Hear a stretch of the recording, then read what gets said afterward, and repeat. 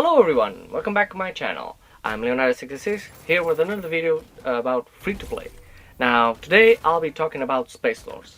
Spacelords is a game that I enjoy immensely, but over the past few months I won't say quit playing, but I don't have the energy to play it anymore.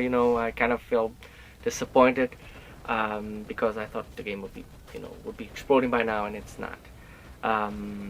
So let's get to it. Spacelords is made by Mercury Stream. Mercury Stream did Lords of Shadow, Castlevania Lords of Shadow. There's 1 and 2.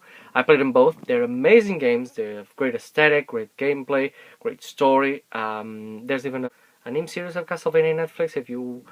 If I advise you to check it out. I've seen, I think, the 4 first episodes. It's really good. But anyways, so Spacelords is a 4 versus 1 shooter. But the thing is, it's a lot more a 4 versus computer versus 1 than actually just 4 versus 1, because the dynamic of the game it's not like Fortnite, it's not like Apex Legends, it's not like a timer on the top and a score. It's not based like that. So it's more like raids. You have to know how to do certain things, what character to bring, where do enemies spawn, what they do, and then you have to do you have to know the layouts, you have to know what to do, what's the best character to bring, and then to complete the mission. And on this, then you have the end tag, and the end tag is there to try to prevent to do the mission. Of course, imagine what it'd be like in a raid, or in the old Trials in Warframe. In a raid, will be for Destiny. If then you have a PvP setting where the enemy comes in and just destroys your entire gameplay. I mean, it's like that it works. I mean, it's a nice idea, but the execution fails to deliver a good, cohesive gameplay. Spacelords started about a year and a half ago as Raiders of the Broken Planet, and then this went on for a year, and after a year they decided to rebrand and change everything, because Raiders was supposed to be free to play, but only let you play the first mission, the very first mission. All the others you had to pay for it. So, people play the first mission thinking it was a free play, they could open all the others, and you couldn't, and of course, the game went down. People just wouldn't play it. So, about 6 months ago, I think it was September or November, they rebranded it Spacelords, and now it's a completely free to play. You can play all the missions, complete the entire mission, instead of buying the 4 chapters that have come out so far. The thing is, the game still has a lot of problems. Essentially, they tweaked it so you can go a little bit a lot further than before, but then you start to get this incremental grind, and up to a certain point you feel like you can't complete anything in the game. There's lines and lines of people there that want to play and can't play. There's problems with matchmaking, there's problems with rewards, and there's another one that everybody didn't saw coming when they did it, and at first they saw, okay, it's fine, and now it's turned into a big problem. So, here we are. I want to talk to you about the 3 biggest problems, and how I think Mercury Stream could solve them. Okay. Number 1 problem is rewards. Okay. Rewards, there's 2 types of rewards. There's, of course, experience point. That's what unlocks all the missions. But then there's gold and faction points. Now, faction points isn't really that complicated to get.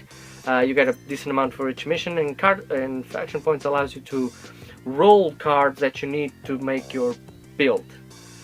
Now, I could talk in builds, but that will take too long. But okay, it's just something that you have to use to make your builds for the cards. But faction points is relatively easy to get. What's not easy to get is the other thing, which is gold.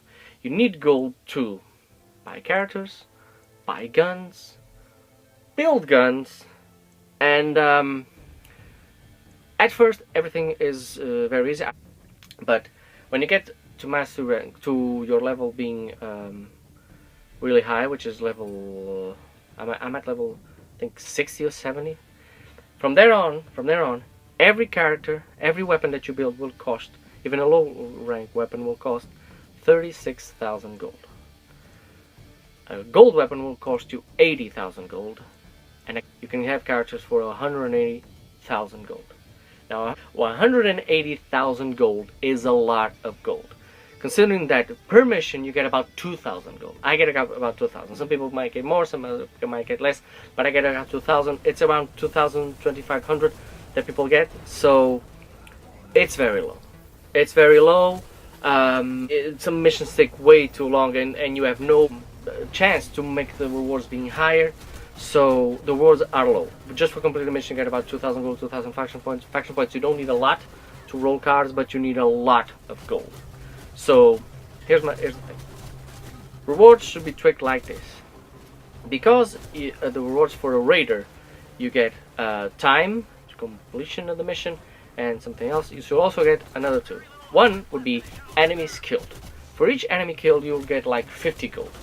So if the mission drags itself along, especially if there's an antagonist, if the mission drags itself along, the amount of enemies that appear are now in your benefit, because you can kill a lot of them more, and for each kill you get like 50, 20, I don't know, depending on if he's an elite or if he's just a normal catcher, so you would get more gold. So even if the mission drags itself around for 45 minutes, which happens, I mean 45 minutes in a mission is way too long, you can still get benefit for the time spent playing, or else you just get 45 minutes or 30 minutes, you get 2,000 gold, and you're like, I mean, how long is it going to take to just get one weapon? I mean, it's ridiculous. On the other hand, for the antagonist, he doesn't have this.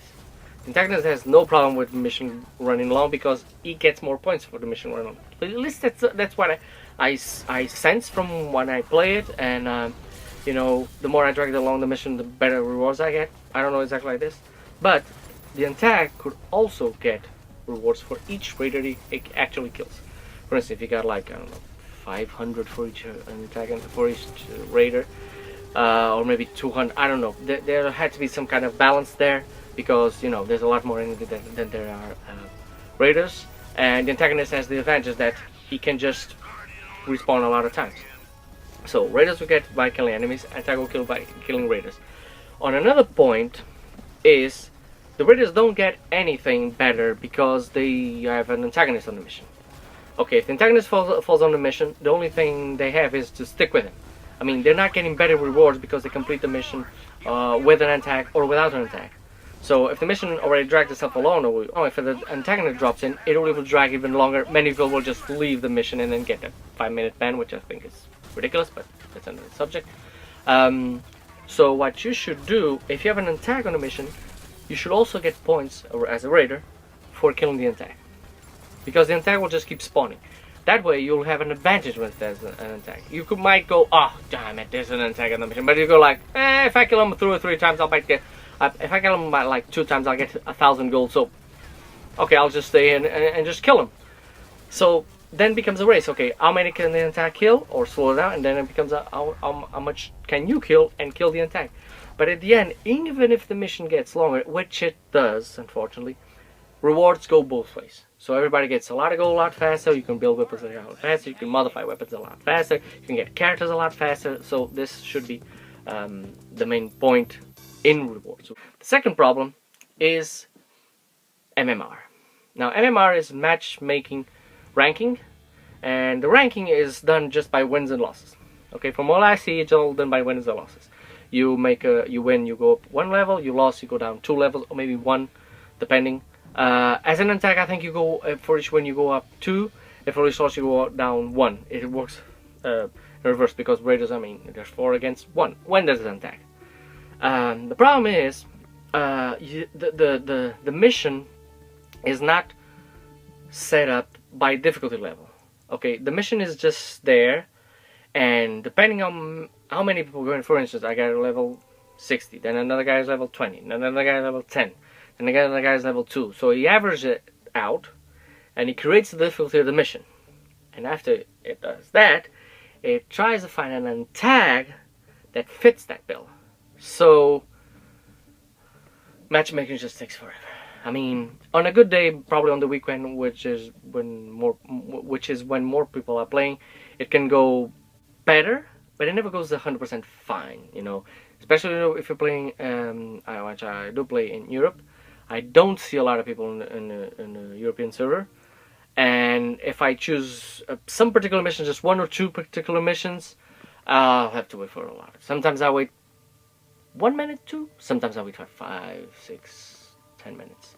There was even one time when I waited so long, that thing went around the world trying to find somebody to play with me, and it finally said, okay, you can play solo. Which I was like, really? Why doesn't it let me do this in the first place? So yeah, mastery rank is a very complicated thing. I think the solution would be to just create a difficulty level. Okay, you have that on solo, but I'll get there next. And create a difficulty level for each level. So the way it will work would be you start with a demo mission, of course, the first one. Then you open a chapter and you have level 1 difficulty. When you're going to open level 2, you have level 2 difficulty. So you can complete the first level, level 1, first chapter, level 1. The second you have to complete it in level 2, but you can go back and do the first mission in level 2 and get better rewards.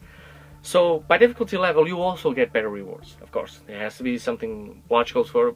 So why would a person just pick a difficulty level harder just to open chapters and then play everything in easy? No, it will be there's 4 chapters, so there'll be 4 difficulty levels at the end, and you can just choose. Okay, I want to play this one in easy.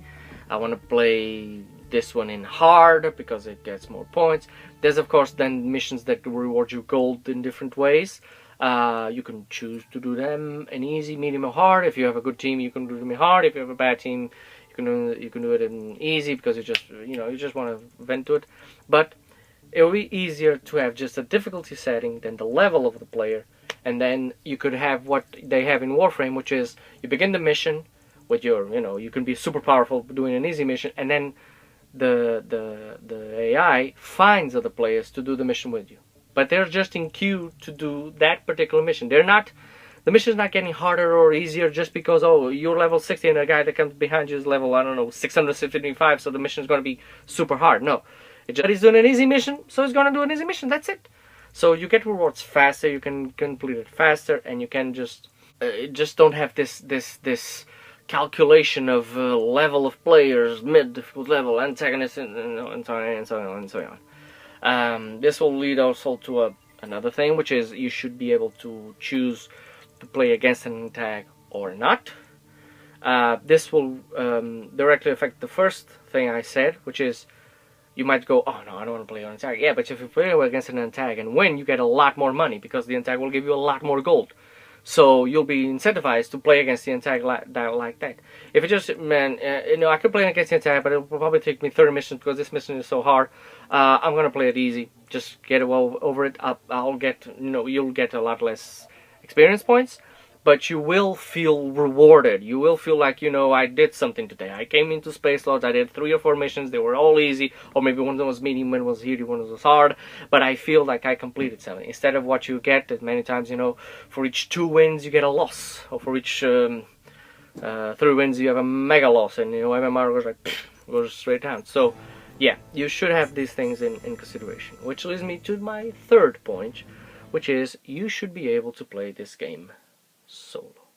Now, there is a solo option, but the solo option is it's ridiculous. It's just ridiculous. First of all, it's called training solo, but it only opens after you've done 5 missions. 5 of the same mission. For instance, you choose mission number 2, you have to do it 5 times, so you can then go to the slot and pick solo and try to do it that way. I mean, who came up with this? I mean, you should be training first in solo to try and do it, and then do it with a squad. I mean, just like every other goddamn game in the world. I mean, if you have the option, why the hell would you want to do a mission that you don't know anything about, with a character that you don't know if it's good or not for the mission, with a weapon that you don't know if it's good or not for that mission, and you just go in with a squad and you get hammered to hell, and then you go back and look at what the hell just happened. And then you just get, why? I don't see the logic in this. Also, every reward, if you go to solo, you can choose difficulty level. That's where the idea came from. But the difficulty level will give you exactly the same goal for each mission. I mean, if you do it in easy, you get 2,000. If you do it in normal, you get 2,000. If you do it in hard, you do 2,000. The thing is, if you do it directly in hard, for instance, if you choose to do a mission directly in hard, you'll get 6,000 because it accumulates all the other rewards into one. And I'm like, why? I mean, why couldn't you have 2,000, 4,000, 6,000? I mean, that's just logical. I mean, if you do a harder difficulty mission, you should have better rewards, especially if you're doing it solo.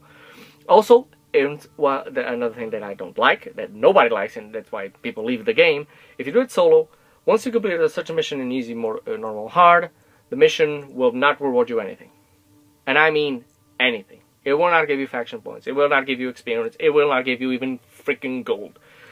Those things should cycle, people. I mean, if you have rewards cycling in the squad missions for every 12, I think it was, at first it's 24 hours, but then you, after a certain level, it's 12 hours. So, it should cycle. I mean, you do a couple of missions, you get a bit of gold. Even if the gold was now, I mean, smaller. I mean, for instance, maybe they will go like, okay, if you want to do it solo and you want rewards to cycle, then we're going to do it like this. The easy mission will give you 500 gold, the second mission will give you 1,000, the normal mission will give you 2,000, and the hard will give you 4,000. Or hardcore will give you 4,000. And I'll be good with that. I mean, I'd rather have 1,000 for 30 minutes play. I mean, I do each mission takes about 10 minutes or 5 minutes. I get for 10 minutes I get about 1,000 or 3,000 if I do 3 missions, right? Then being there all the time, just spend 30 minutes to get 2,000. It just boggles the mind why they did this. Why they did this? Because when it was in Raiders, it wasn't like this. And then they put it in Spacelords, and we're like, oh, cool, we're gonna do it in solo, because you could do it in solo because you bought the chapter, so you had to do it. You had the possibility of doing it in solo. But you're like, oh, fine, you're gonna do it in solo. And you arrive there, and no, you can't. You can't even choose it. You have to do the same mission 5 times. Why? Okay. It makes no sense. So, this is in the internet, the 3 main issues I see. There's a lot of other issues. There's a lot of little small things. I've touched them a little bit in this video. If you want me, I'll do another one about it. But the 3 things they will change would be rewards, MMR, and the ability to play solo. I figure this will be the 3 main things they should focus on. If you have any idea about how these could be tweaked better, write down in the comments. If you have other things that you think are way more complicated or way worse in the game than these 3, just write them down below right now. I'm sure the developers will appreciate the feedback. Once again, thank you very much for watching. If you liked the video, please click like and subscribe, and I'll try and do more videos like this in the future. Thank you very much.